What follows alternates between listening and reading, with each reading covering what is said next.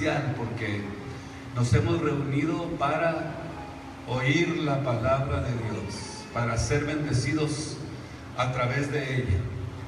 Y como siempre, Dios bendiga a cada uno de ustedes, Dios bendiga a cada uno de los hermanos que están esforzándose cada día para que la obra del Señor siga adelante. No detenernos, sino seguir marchando con mucho ánimo, sirviendo al Señor con todo nuestro corazón para dar lo mejor de nuestras vidas cada día. Quiero hablar en esta tarde, seguir con el tema La Gran Comisión en nuestra cuarta etapa, porque vamos a aprender qué es lo que necesitamos, para poder seguir y para poder salir y cumplir con la misión que Dios nos ha dado. Vamos a leer la Biblia, capítulo 4 del libro de los Hebreos, para iniciar en esta mañana. Hebreos 4, versículo 1, vamos a empezar ahí en esa porción donde dice, ojalá que ya todos la tengan, esa parte. Si no trajo la Biblia, acérquese ahí con alguien para que la pueda leer y que podamos iniciar. Y es muy fácil, hasta en su teléfono la puede sacar rápido, ¿verdad? Y utilice cualquier forma. Si salió muy rápido, eso casi se le olvidó, pues es el teléfono. Temamos pues, comienza diciendo capítulo 4, versículo 1, que quedando aún la promesa de entrar en su reposo, parezca que alguno de vosotros se haya o haberse apartado. Porque también a nosotros se nos ha evangelizado como a ellos, hablando del pueblo de Israel en el desierto.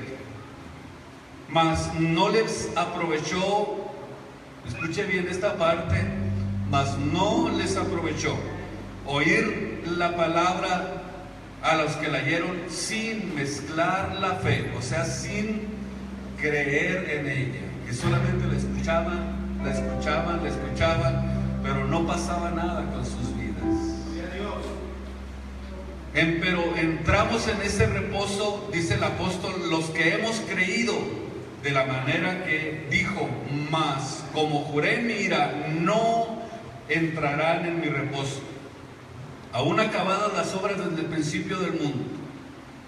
Por eso es que necesitamos aprender a reposar, a descansar, a disfrutar de la vida cristiana. Tenemos que aprender a disfrutar. Estamos aquí para entrenarnos, para aprender, para prepararnos, para que Dios nos instruya y que podamos entrar verdaderamente en el descanso de Dios, en el reposo de Dios. ¿Sabe dónde está el descanso? ¿Sabe dónde está el reposo de nuestras vidas? En la presencia de Dios. Eso es algo que tenemos que aprender. Vamos a leer también una parte del capítulo 3 del libro de Hebreos, ahí mismo nos dan una vueltita para atrás a su hoja. Vamos a leer versículo 3 del 7 delante. Vamos a empezar desde el versículo 6, porque quiero ponerle un fundamento a lo que en esta mañana, quiero hablarles. Mas Cristo como hijo sobre su casa. Fíjese bien lo que está diciendo la Biblia. La cual que somos usted y yo, la casa de Dios. La cual somos nosotros, si hasta el cabo, si hasta que Cristo venga, retuviéremos firme la confianza y la gloria de la esperanza. Aquí hay una gran riqueza gloriosa en esta porción de la Biblia. Y Moisés, a la verdad, él habló de todo esto, de este descanso, de lo que significa esto. O sea, él fabricó una casa para que Dios habitara en el tabernáculo. Ahora dice, nosotros somos la casa donde Dios habita si retenemos la confianza y la gloria de la esperanza en nosotros.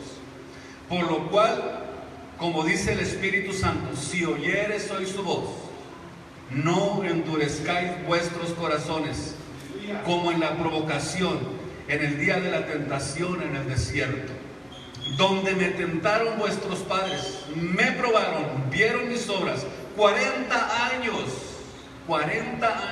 vieron mi gloria. Todos los días,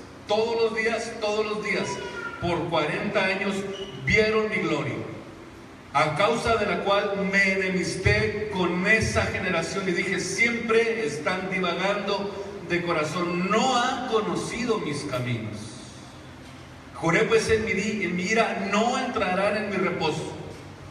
Mirad, hermanos, que ninguno de vosotros haya corazón malo de incredulidad, para apartarse del Dios vivo, al cual estamos sirviéndole con todo nuestro corazón en esta mañana preciosa. Estas partes, porciones bíblicas, tienen una revelación muy grande para nuestras vidas. Y ahí donde estamos, ¿qué le parece? Padre Celestial, toma el control de este servicio, toca las vidas, toca las mentes, toca los corazones, que la palabra de Dios pueda llegar hasta lo más profundo de sus vidas, de sus corazones. Señor, háblales, que ellos han venido en esta mañana para oír tu voz, para oír tus mandamientos, para oír lo que tienes que decirle a cada uno de nosotros, en el nombre poderoso de Jesús. Decir amén. Pero antes salúdense. Bienvenidos cada uno de ustedes en esta mañana.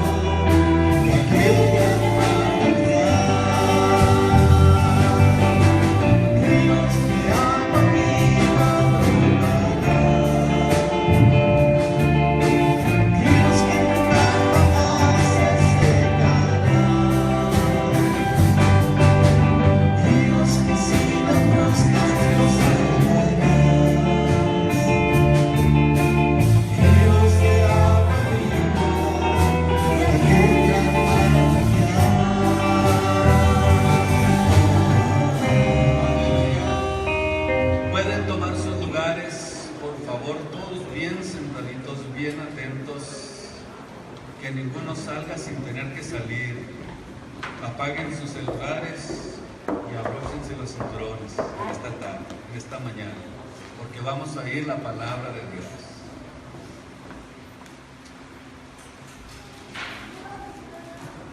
Es impresionante lo que la Biblia habla acerca del pueblo de Israel. Cada vez que se refiere a Israel, Dios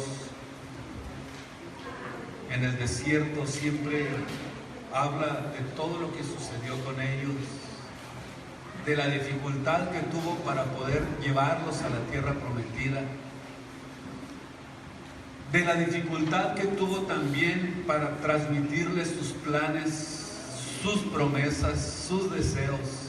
Dios siempre tiene esa dificultad con el humano. Siempre tiene una dificultad muy grande para transmitir lo que Él quiere, y el hombre por naturaleza es difícil, es complicado el hombre. No fácil recibe lo que Dios quiere. Tenemos que luchar muy duro para poder recibir lo que Dios quiere de nosotros. Siempre que Dios dice algo, llega un espíritu de incredulidad y le dice lo contrario. Y creo que una de las tragedias más grandes que le pueda suceder a un ser humano o a una persona es arrancar, tener una meta, tener un plan y no terminar eso que inició. Y esto fue justamente lo que sucedió con Israel. Ellos oyeron la palabra de Dios, vieron la gloria de Dios, constantemente estaban disfrutando de los beneficios de Dios, pan calientito por las mañanas, la gloria de Dios sobre ellos, instrucciones de Dios, vieron su gloria, experimentaron su poder, vieron cómo se abrió el Mar Rojo, vieron cómo se abrió el Jordán y todavía estaban dudando de Dios. Antes de Jesús, comenzar con el plan que Él tenía, lo primero que hizo con sus discípulos fue: vayan al monte, al aposento alto, súbanse allí para que puedan ser llenos del poder de Dios. Para poder iniciar la carrera, necesitamos entender que existe un poder entre los hijos de Dios, que hay un poder en medio de la iglesia de Cristo que Dios lo dio para que nos beneficiáramos de Él y para que aprendiéramos y que entendiéramos al Dios al que estamos sirviendo. Decía el viernes que Dios les permitió ver la gloria, su gloria al pueblo de Israel, para que supieran al Dios al que estaban sirviendo. No quiso impresionarlos haciendo que humeara el monte, que temblara el monte, sino que lo que quería era que vieran su gloria y entendieran al Dios al que iban a servir, al que iban a llevar en la trayectoria sobre el desierto. Pero qué gran tragedia para aquel que inicia una cosa y no la termina y la deja a medias. Iniciar algo y no terminarlo. Y una de las tragedias más grandes que le pueda suceder a un cristiano es esconder su pecado. Dice Proverbios 28:13 que el que encubre sus pecados no prosperará, o sea, no va a terminar, no va a avanzar, no va a poder llegar a la meta. ¿Por qué? Porque está viviendo una vida doble. Toda persona, o sea, no prosperará su vida. Toda persona que tiene una vida secreta, toda persona que tiene una vida doble, va a ser muy difícil poder alcanzar la meta. Yo creo que el mensaje de Dios no puede ser más específico, no puede ser más claro. El que crea que pueda servir a Dios y practicar cosas a escondidas de Dios está en una de las más grandes tragedias. Es realmente lo que queremos en nuestras vidas. Si estamos seguros que deseamos servir a Dios, si estamos seguros de que queremos darle lo mejor a Cristo de nuestras vidas, porque es una tragedia estar viviendo una vida que no agrada a Dios, estando constantemente oyendo la palabra de Dios, y que la palabra de Dios no haga nada en su vida, que la palabra de Dios no tenga resultados positivos en su vida diaria, que el pecado todavía se siga enseñoreando de nuestras vidas. Es una tragedia eso. Si es ese estilo de vida el que estamos viviendo nosotros, no nos va a ir bien. El reino de Dios está muy lejos de nosotros. El reino de Dios está velado para nosotros.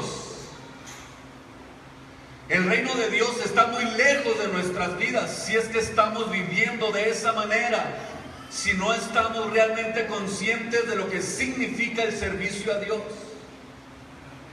Toda persona que haga esto no llegará, no terminará la carrera, no acabará, no será bendecido en ninguna de las áreas de su vida, va a tener bendición de Dios.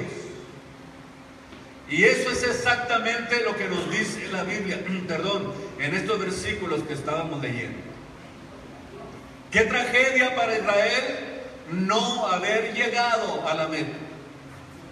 Después, óigame bien, esto es doloroso, esto es triste, después de haber visto la gloria de Dios, después de haber experimentado tantos milagros de Dios. Eso me enseña que no es el hecho de que Dios los sane del cáncer, que Dios los sane de la leucemia, que Dios los sane del diabetes, lo que lo va a hacer a usted un verdadero cristiano, sino más bien la obediencia a Dios. Los milagros no son la evidencia de que usted realmente es un buen cristiano. Dios puede hacer muchos milagros, pero nosotros no estar recibiendo las instrucciones de Dios y obedeciéndolas y creyéndolas en nuestras vidas. No estoy en contra de los milagros. Dios me ha permitido ver milagros en mi vida cristiana. Pero no es lo primordial. Dios cuando da esas sanidades es por misericordia, porque quiere que veamos su gloria. E Israel vio la gloria de Dios y fueron incrédulos de corazón. Y nos damos cuenta que el enemigo principal es el pecado de todo esto que estamos viviendo, de todo lo que le pasó a Israel. Y es el pecado también el que ha causado tanto dolor en este mundo, el que ha causado tanto sufrimiento en esta tierra. El hombre ha sufrido, el hombre ha pasado por dolor, por angustias. Y podemos ver al mundo en angustia, en dolor, en desesperación. Y todo lo que causa esto es el pecado. El pecado es la razón principal por la cual Jesucristo vino a este mundo. Y cuando nació, en Mateo capítulo 1, se dijo que se llamaría su nombre Jesús o Yeshua, Yamashiach, que significa el Salvador del mundo. Mateo 1:21 dice, y llamará su nombre Jesús. ¿Por qué? Porque Él va a salvar al mundo del pecado. Quiere decir entonces que la razón principal, que la razón primordial y la intención de venir a este mundo era para poder enfrentarse al mundo de pecado y destruir por medio de la muerte. Dice el capítulo 2 del libro de los Hebreos, al que tenía el imperio de la muerte, es a saber, al diablo. Hebreos 2:14. O sea que el principal enemigo del hombre es el pecado. Pero dice la Biblia que para eso apareció el Hijo de Dios. Para eso apareció Jesucristo, para deshacer las obras del diablo.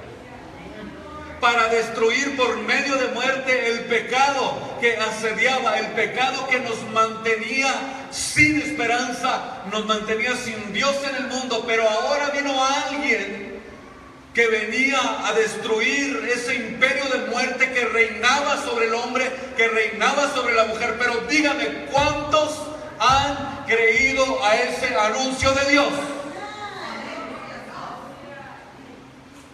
¿Cuántos han creído que Cristo vino a destruir el imperio de muerte para que no reinara sobre nosotros? ¿Cuántos habéis creído? ¿Cuántos han creído? Por eso decía Isaías, ¿quién ha creído a nuestro anuncio? ¿Y sobre quién se ha manifestado la gloria de Dios?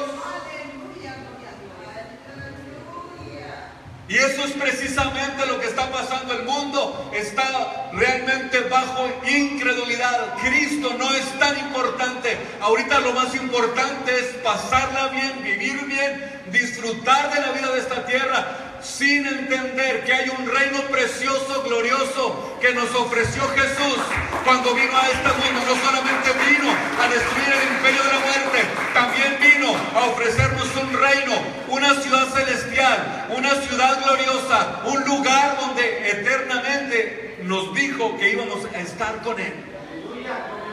¿Cuántos han creído a esto? ¿Cuántos han creído a esto?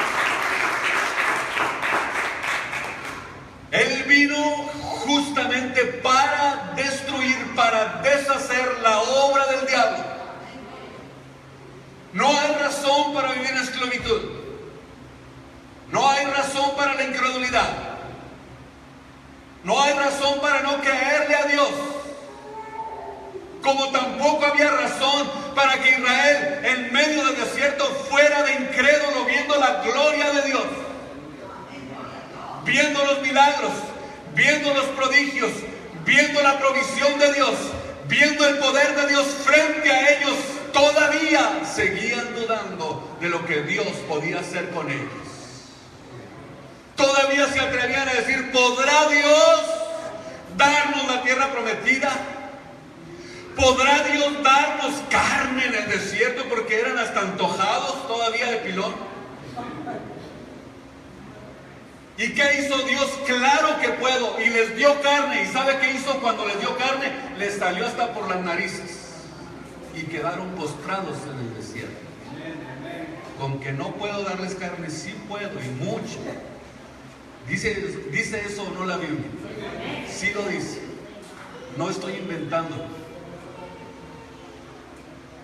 Por eso es que tenemos que entender que cuando nosotros dudamos de Dios, estamos realmente en problemas. No llegará usted al reino de los cielos si no cree en Dios. No va a llegar si oye la palabra y no la mezcla con creer.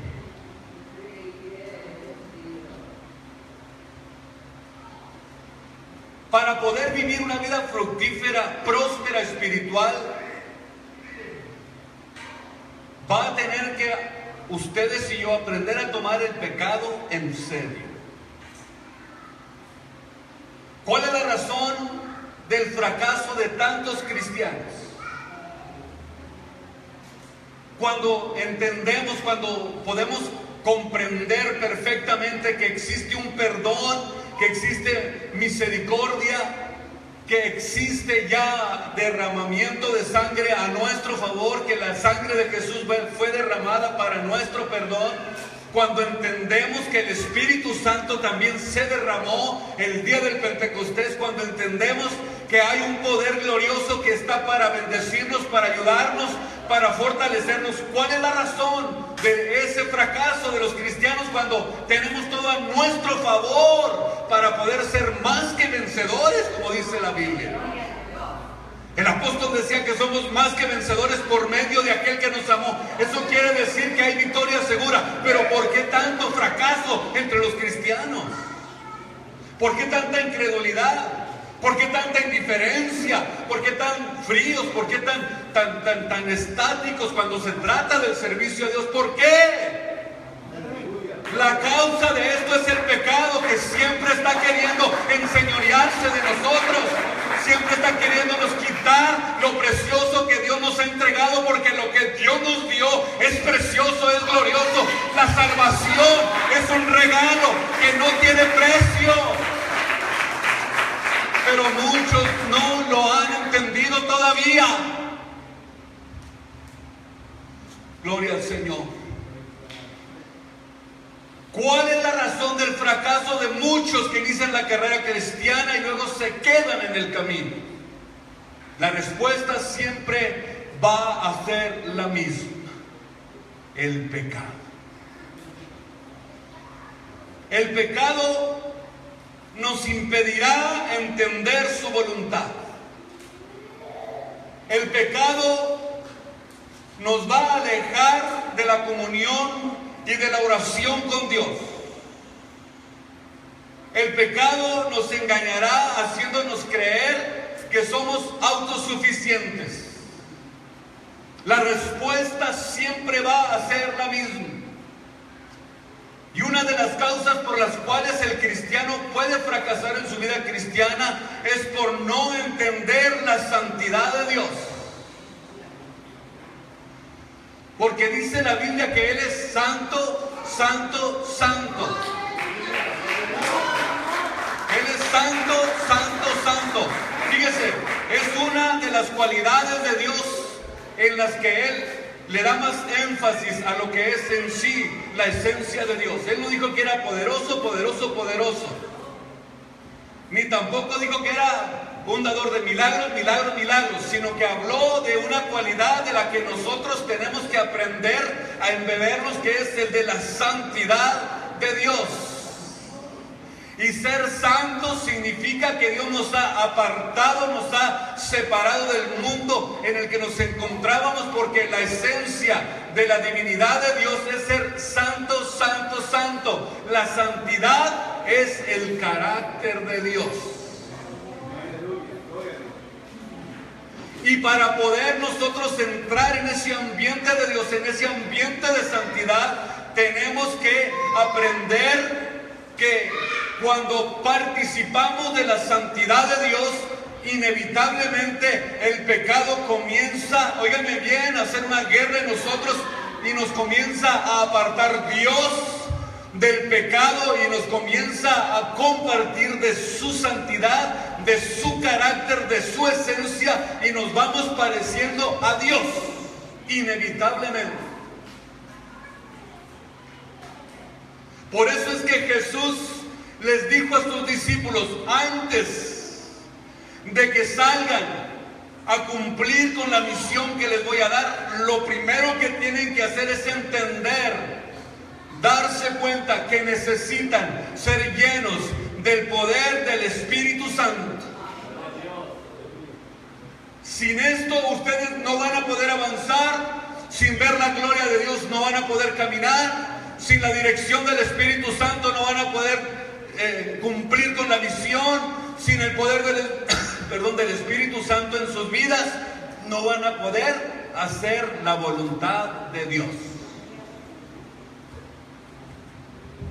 Escúcheme muy bien en esta mañana preciosa,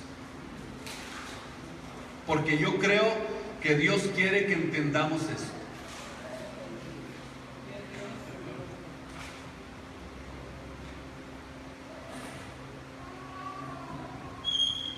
Para poder cumplir con la comisión, necesitamos saber si el Espíritu Santo vive en nosotros.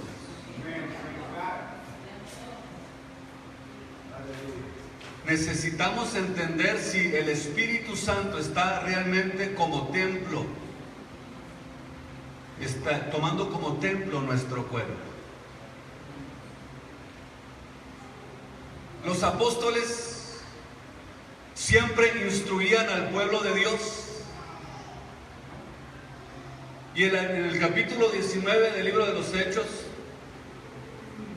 los apóstoles se encontraron con un grupo de personas que había bautizado Juan el Bautista en el Jordán. La primera pregunta que ellos les hicieron a estos discípulos: ¿ustedes ya han recibido el Espíritu Santo? Después de que creíste, o sea, cuando creíste a Jesús, ¿te aseguraste de que eres ya un templo donde el Espíritu Santo mora? Es increíble, pero lo que estaban haciendo ellos era hablándoles si realmente ellos estaban conscientes de que son templos de Dios y que Dios estaba morando en sus vidas. Y la respuesta de ellos fue, escuche bien porque es interesante esto, ellos dijeron: ni siquiera hemos oído, escuche bien, ni siquiera hemos oído si hay Espíritu Santo. Es probable que esa es una de las razones por las que nosotros no estamos dentro del ambiente de Dios, envueltos en el fuego de Dios. Es probable que sea esa una de las razones por las cuales usted no entiende la voluntad de Dios para su vida, porque el Espíritu Santo probablemente no esté morando en su vida. En 1 Corintios 6:19 dice: ¿o ignoráis que vuestro templo, nuestro cuerpo, o sea, usted, su carne, su cuerpo, es templo del Espíritu Santo? ¿Ignoran ustedes que son templos del Espíritu Santo y que ahora le pertenece a Dios y que ahora ya no es suyo el cuerpo, ya no es suyo, ya no le pertenece a usted, le pertenece a Dios, y ahora tiene que cuidar muy bien lo que hace? La jovencita ahora tiene que cuidarse de que no la mañosee, porque es templo del Espíritu Santo. ¿Sabía usted eso? El joven que no quiere andar pasándose de listo, porque también es templo del Espíritu Santo. Respetar a nuestra esposa, respetar a nuestro marido. ¿Por qué? Porque soy templo del Espíritu Santo y la santidad de Dios está habitando en mi vida. Dios es santo, santo, santo, y como Él es santo, santo, tengo que cuidarlo, tengo que cuidar, tengo que fijarme muy bien cómo está mi vida, tengo que cuidar mi templo, tengo que cuidar óigame bien, mi tabernáculo, porque Dios habita en él. ¿Está habitando Dios en usted? Si Dios está habitando en usted, usted va a cuidar todo lo que hace, pero si usted permite que el pecado se enseñoree de usted, Dios no está habitando ahí. Es increíble lo que la Biblia enseña, pero dice Romanos 8:9 que si usted no tiene el Espíritu Santo de Dios, entonces usted no le pertenece a Dios. Y fue la primera misión de los apóstoles, ir al aposento alto, ir a ese lugar y esperar hasta que fueran fundidos, hasta que fueran llenos, hasta que fueran investidos del poder del Espíritu Santo. La iglesia de Cristo tiene que ser dirigida por el Espíritu Santo. La iglesia de Cristo tiene que ser, óigame bien, custodiada por Dios. Y nosotros somos templos del Espíritu Santo y Dios vive en nosotros, pero si lo incomodamos, Dios se aparta de nosotros. Si comenzamos a vivir una vida doble, Dios se aparta de nosotros. Si comenzamos a dejar que el pecado se enseñoree de nosotros, Dios se aleja y ya no hace tratos con nosotros. Dios ya no tiene comunión con nosotros, porque lo que nos aparta de Dios, dice Isaías 59:2, son el pecado, es el que nos aparta de Dios.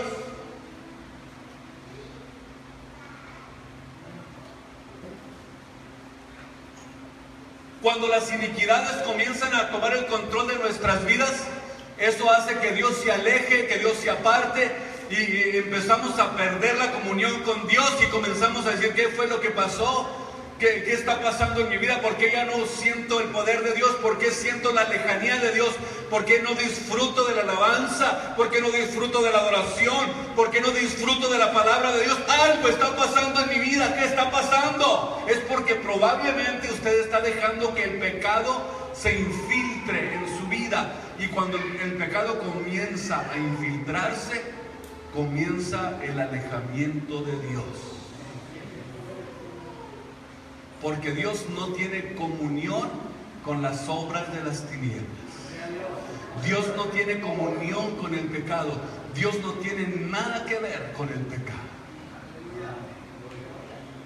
Y les decía en mi mensaje pasado que hay dentro de nosotros un potencial que nunca se ha ido, un potencial que está en nosotros, que está en nuestros miembros, que está en nuestros cuerpos. Y que ese potencial está, pero listísimo para levantarse, si nosotros permitimos que el pecado entre a nuestras vidas. De tal manera que llega a decir el apóstol Pablo en el capítulo 7, y cuando veo esta ley del pecado que está en mis miembros y que se levanta en contra de la ley de Dios y me lleva cautivo al pecado, encuentro que el mal está en mí.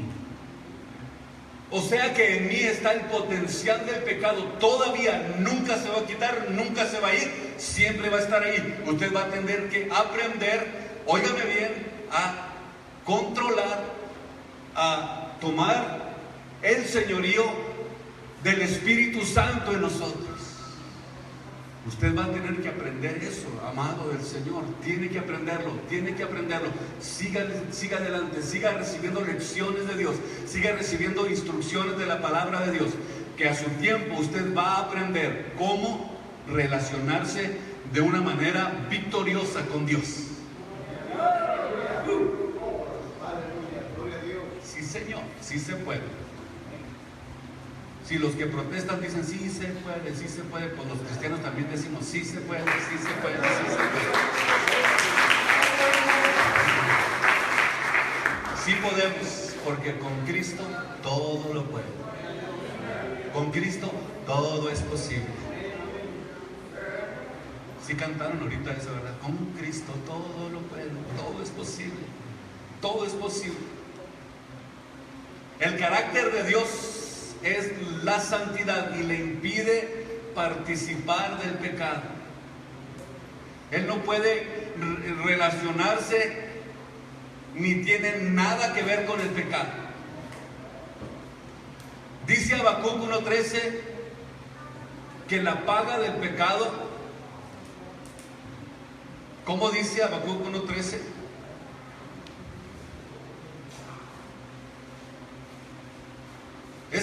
interesante poder mirar cómo es que el pecado es realmente el enemigo más poderoso de Dios. Y cuando nosotros estamos siendo entrenados, siempre vamos a tener la oposición del pecado. El pecado siempre va a querer enseñorearse de nosotros. Usted va a decir, yo amo a Dios, y el enemigo va a decir, odia a Dios. Usted va a decir, yo amo a mi hermano, aunque me trate mal, aunque me menosprecie, y luego el pecado le va a decir, desquítate, ahora que tienes chance. Porque vamos peleando en contra del pecado. Siempre va a estar guerreando en contra de nosotros, en contra de la voluntad de Dios. La voluntad de Dios es la santificación, el pecado es lo contrario. Entonces, cuando entendemos que la paga del pecado es muerte, entonces es cuando nos damos cuenta que si permitimos que el pecado entre a nosotros, de segurito que también viene la muerte juntamente con el pecado, que la muerte significa la separación de Dios. Dios se aparta de nosotros, Dios se aleja de nosotros y no permite Dios funcionar, no le permite a Dios trabajar en nosotros, no le permite a Dios seguir obrando en nosotros, porque Dios no tiene nada que ver con el pecado. La razón por la que dice la Biblia que el pecado es el que nos aparta de Dios, es donde está la muerte de Dios, es porque Dios ve el pecado y Dios tiene que castigar el pecado, porque el pecado es el principal enemigo de Dios. Y es la causa por la cual Satanás se rebeló contra Dios, el pecado. Y es el pecado la causa por el cual ha sufrido el mundo tanto. ¿Usted cree que el mundo está sufriendo, está siendo oprimido nomás porque sí? No, es porque el pecado es el que ha logrado hacer que la infelicidad, que el sufrimiento, que el dolor llegue a la vida del hombre. Y este pecado fue justamente lo que causó que el hombre se haya rebelado en contra de Dios. Por eso es muy normal mirar que cuando entra el pecado, inmediatamente nosotros buscamos vivir una vida apartada de Dios y queremos escondernos inmediatamente de Dios. Cuando el hombre pecó contra Dios y se dio cuenta que Dios lo andaba buscando, ¿qué fue lo que hizo el hombre? Dios le dijo, ¿dónde estás, Adán? O sea que Adán se había escondido. ¿Dónde andas? Así como te dice a un niño, who are you? ¿Dónde estás?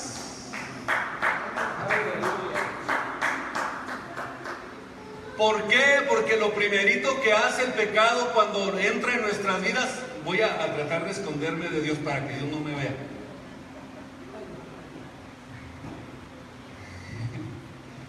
Y eso es justamente lo que hace que nos apartemos de Dios. Por eso es que cuando entra el pecado en nosotros, inmediatamente viene la separación y decimos, voy a esconderme detrásito de la bocina para que Dios no me mire.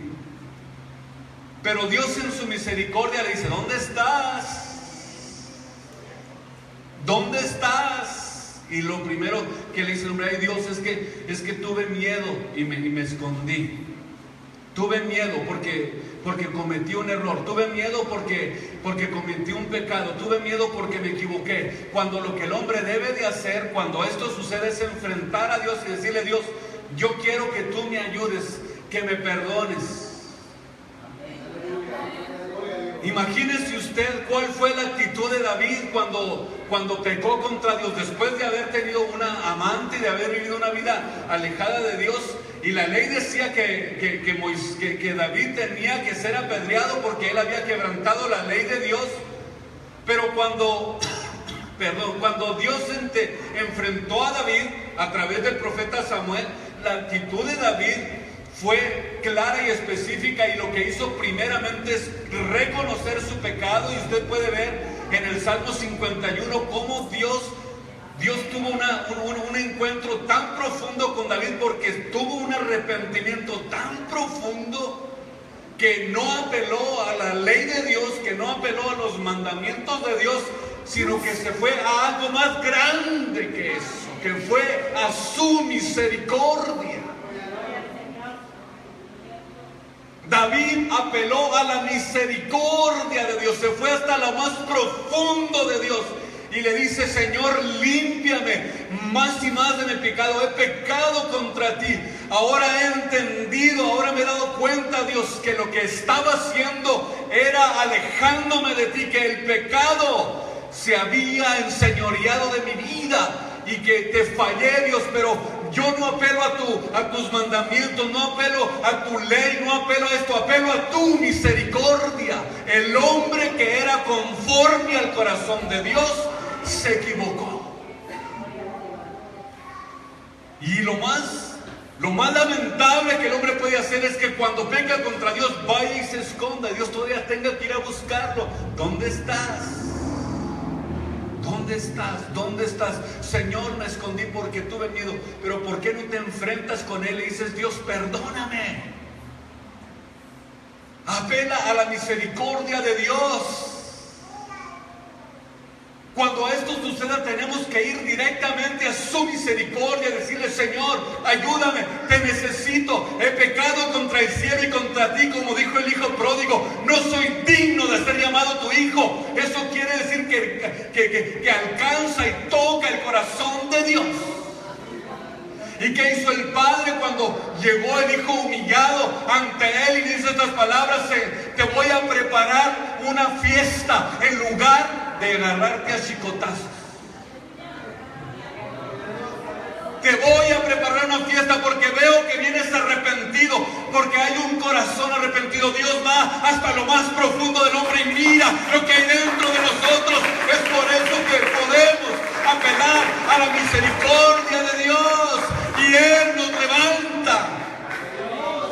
Oh, aleluya, Él levanta al caído, Él levanta al que no tiene ninguna fuerzas. Él tiene misericordia de aquellos que se humillan, Él tiene misericordia de aquel que se arrepiente de haber pecado contra Dios.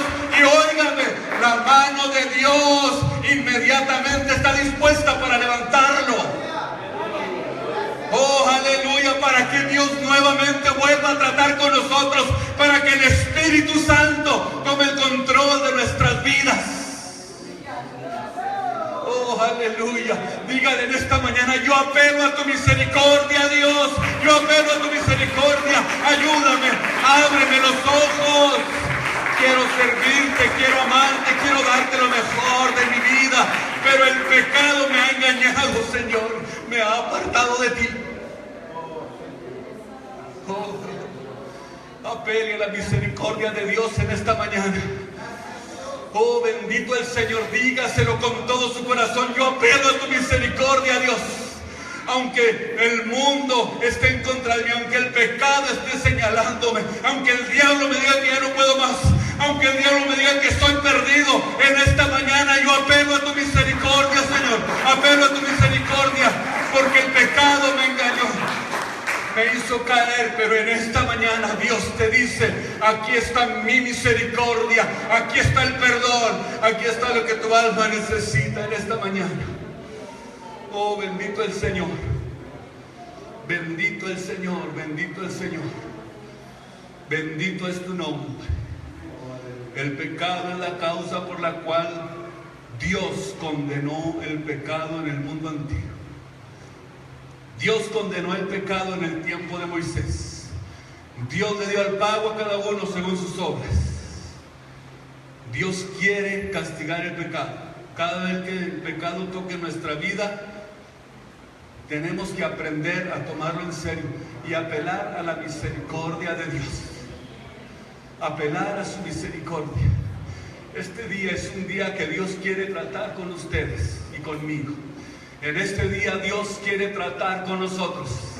En este día el Señor quiere que aprendamos que cuando nos equivoquemos tenemos a quién recurrir. Dice el apóstol Pablo: si alguno hubiere pecado, abogado tenemos para con el Padre, a Jesucristo el justo. Tenemos un abogado que nos defiende.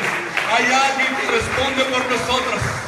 Hay alguien que se pone enfrente de nosotros y nos defiende y nos justifica y nos perdona y nos levanta. Este es nada más y nada menos que Cristo Jesús, el Señor de señores, el Rey de reyes, el que está dispuesto a a su misericordia. Dígale: Dios, si mi vida ha sido descuidada, si mi vida, Señor, ha sido de continuo enfriamiento espiritual, en esta mañana yo apelo a tu misericordia. Dígaselo, no deje de decírselo: Señor, apelo a tu misericordia. Levántame, Señor. Quita, Señor, toda pesadez de espíritu. Quita todo aquello que me ha robado la visión del reino de los cielos. Quita lo que ha quitado, Señor, esa pasión por ti. Quita, Señor, aquello que me ha robado tu presencia, todo aquello que me ha robado la comunión contigo. En esta mañana apelo a tu misericordia, Señor. Apelo a tu misericordia. Ayúdame, Señor, ayúdame. Dígaselo. Él quiere bendecirle, Él quiere tocarle, Él quiere hacer el cambio radical. Dígale: Señor, límpiame, perdóname, sáname, dame fuerzas para seguir. Te necesito, Señor, te necesito. Te necesito, mi Dios, en el nombre de Jesús. Adórele con todo su corazón, adórele. Alléguese a Él y dígale, confiésele su pecado. Dígale: Señor, he sido negligente, he sido descuidado. El pecado se ha enseñoreado de mí. Ayúdame, Señor, ayúdame. Yo quiero que en esta mañana me limpies. Yo quiero que en esta mañana hagas algo nuevo conmigo. Aquí está este altar. Si usted desea esto, venga aquí a este altar. Arrodíllese aquí. Dígale: Dios, ayúdame. Te necesito, mi Señor. Te necesito. Necesito tu bondad y tu misericordia en mi vida. Necesito tu ayuda. Necesito tu perdón. Véngase aquí al altar. No tenga miedo. Véngase aquí al altar. Véngase aquí. Vamos a orar a Dios. Vamos a decirle: Señor, apelo a tu misericordia en esta mañana. Apelo a tu misericordia, Jesús. Bendice, Señor, este rebaño. Perdona, Señor, a aquellos que te han ofendido, a aquellos que están de alguna manera angustiados por el pecado. En el nombre de Jesús, Él quiere levantarle en esta mañana. Él quiere levantarle. Véngase aquí a este altar. Dígale: perdóname, Dios. Ayúdame, Señor, ayúdame, Cristo, ayúdame. Levanta mi vida, Señor.